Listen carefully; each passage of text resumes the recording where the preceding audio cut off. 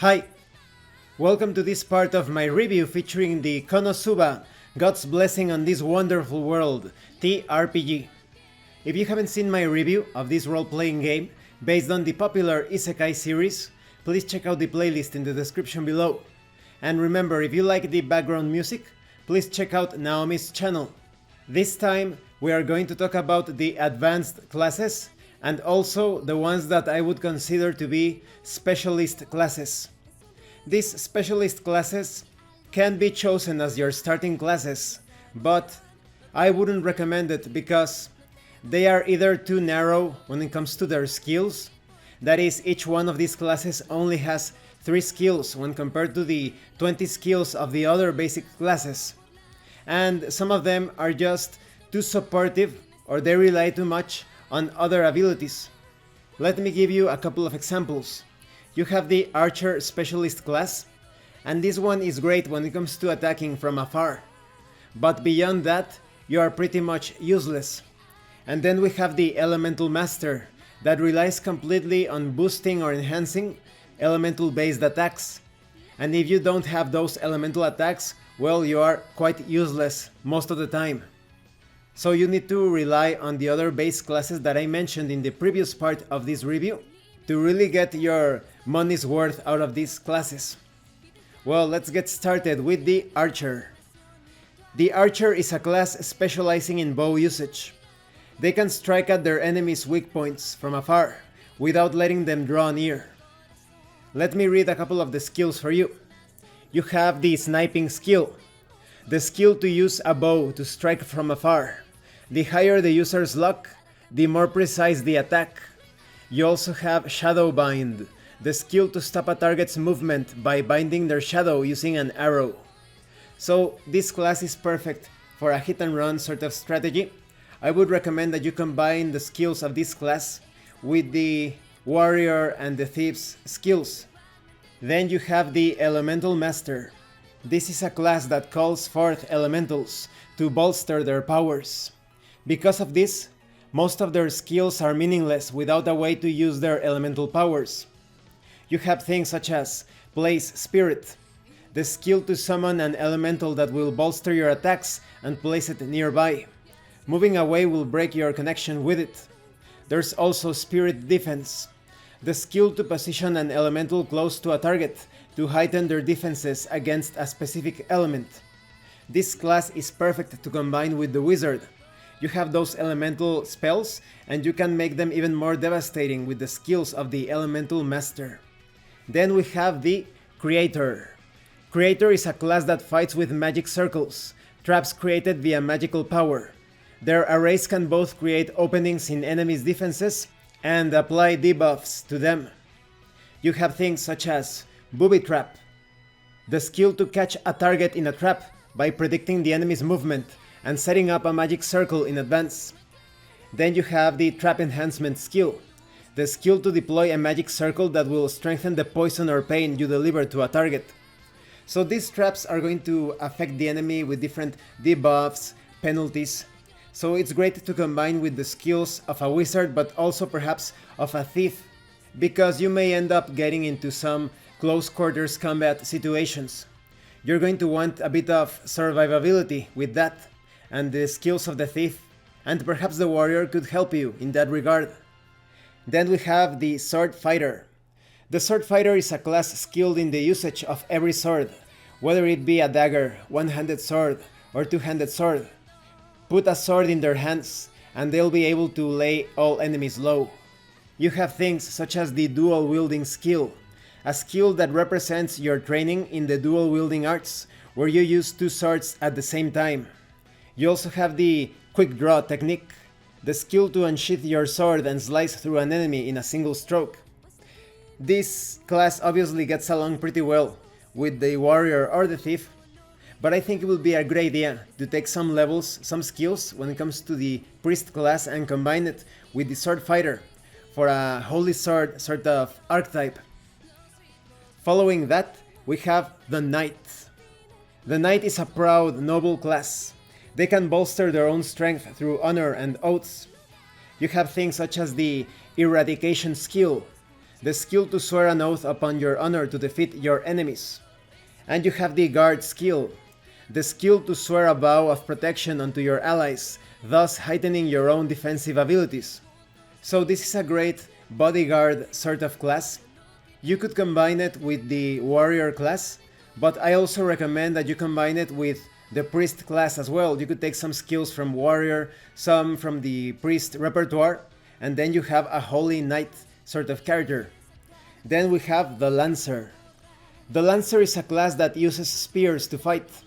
The length of their weapon allows them to thrust and sweep, stopping the enemy's movement, and they can use the force behind their charges to increase their attack power. You have things such as charge, the skill to level your weapon and charge. The momentum of your charge is enough to topple enemies. You also have leg sweep, the skill to sweep an enemy's legs out from under them with the hilt of your spear. This class is perfect to combine with some warrior skills, because you're going to be constantly jumping into the fray, knocking down those enemies, keeping them from reaching other members in the party. Then we have the Rune Knight. This class uses magical runes to fight. They can use these glyphs to enhance their weapons and armor, or to draw out elemental powers from gems. You have things such as Armor Rune, the skill to place a rune inside your armor to reduce incoming damage. There is also Weapon Rune, the skill to place a rune inside a weapon to make it sharper. This class is perfect for a tank sort of character, but I also think it's worth it to combine it with a few levels of warrior, a few levels of wizard and elemental master, because that way the elemental master's skills can actually boost some of the properties of the Rune Knight in the case of the elemental rune. Now, when it comes to advanced classes, these are the cream of the crop. As mentioned previously, this can only be obtained when you reach level 10, and you can combine these advanced classes with the skills of other classes to create a truly unstoppable character.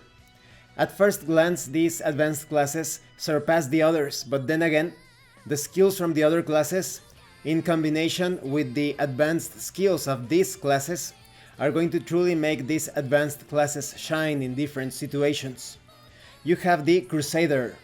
Crusader is the warrior's advanced class. Central to their fighting style are attacks using weapons and skills to increase their defenses. They also have plenty of skills meant for protecting allies. All necessary abilities for a Crusader, who stands on the front lines to face the brunt of enemy forces. Each of these advanced classes comes with 7 skills. Let me read a few of them to you. In the case of the Crusader, you have the Fortress Stance, the skill to stop moving and lock yourself in a defensive posture. You also have Mass Cover, the skill to protect an entire area. And then you have Blood Strike, the skill to spend your own life to increase the power of your strikes. You obviously want to combine the skills of the Crusader with the skills of the Warrior. Then we have the Archpriest. This is the Priest's advanced class. They can use magic even more specialized in recovery and support. They also have extra combat abilities aside from that. You have skills such as Sacred Exorcism, a spell that destroys demons. Then there is the Sacred Turn Undead, a spell that destroys the unliving. And the Holy Battle Skill, a skill that expresses your training meant to prepare you for undertaking holy battles. I think this is an excellent advanced class to combine not only with the abilities of the priest but also with the abilities of the warrior, to have a sort of battle cleric or holy smiter sort of character. Next we have the Archwizard. Archwizard is the advanced class for the wizard. They can use greater, more powerful magic. You have things such as Explosion, of course, made famous by Megumin. This is the explosion magic which boasts incredible high power. Casting it requires a long incantation and immense magical power. There is also Lightning Strike, the skill to skewer enemies with powerful bolts of lightning. It can even be used indoors without issue. And we have Light of Saber. Do you remember that from the OVA? Really love that part. This is the advanced spell that slices an enemy with blades of light. It boasts higher power in close range combat. If you haven't seen that scene from the OVA, Of Light of Saber. I'm going to put the link in the description. It's very funny. The Archwizard greatly benefits from the skills of the wizard, of course, but logically, it's also worth it to combine it with the Elemental Master skills and perhaps with the Creator skills. Then we have the Assassin. This is the class that you want if you want to play as a sort of ninja character. The Assassin is the advanced class for Thief. They specialize in stealth combat, lurking in the shadows, and watching for the perfect opportunity to strike an enemy's weak point. You have skills such as the After Image skill, the skill to move so quickly that you leave after images behind. This is so anime. Then we have the Shadow Blade skill, the skill to target an enemy's vitals while hidden. And we have the Storm Rush, the skill to move like a rushing gale to continuously attack multiple opponents. This class is all about dealing damage, and combining it with the skills of the Thief and perhaps the Warrior, perhaps even the Sword Fighter, you're going to be a whirlwind of destruction on the battlefield, while keeping safe and hiding every now and then, of course.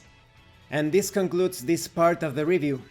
In the next part, we are going to talk about equipment, items, and some details concerning skills.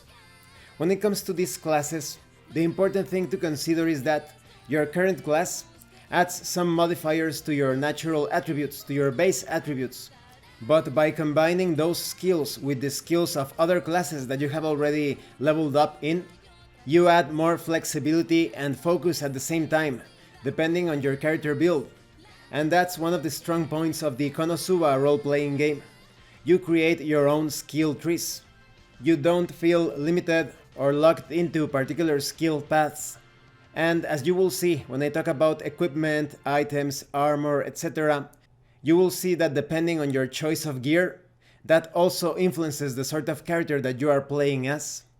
And when it comes to class and skill combinations, I only gave you a few examples.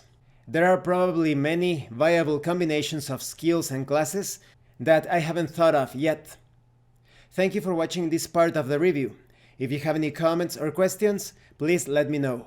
And thank you so much to those of you that have been supporting the channel by sending drive-thru RPG gift certificates. If anyone else wants to further support the channel, the information on how to do that will be in the description below. Once again, thank you, and see you later.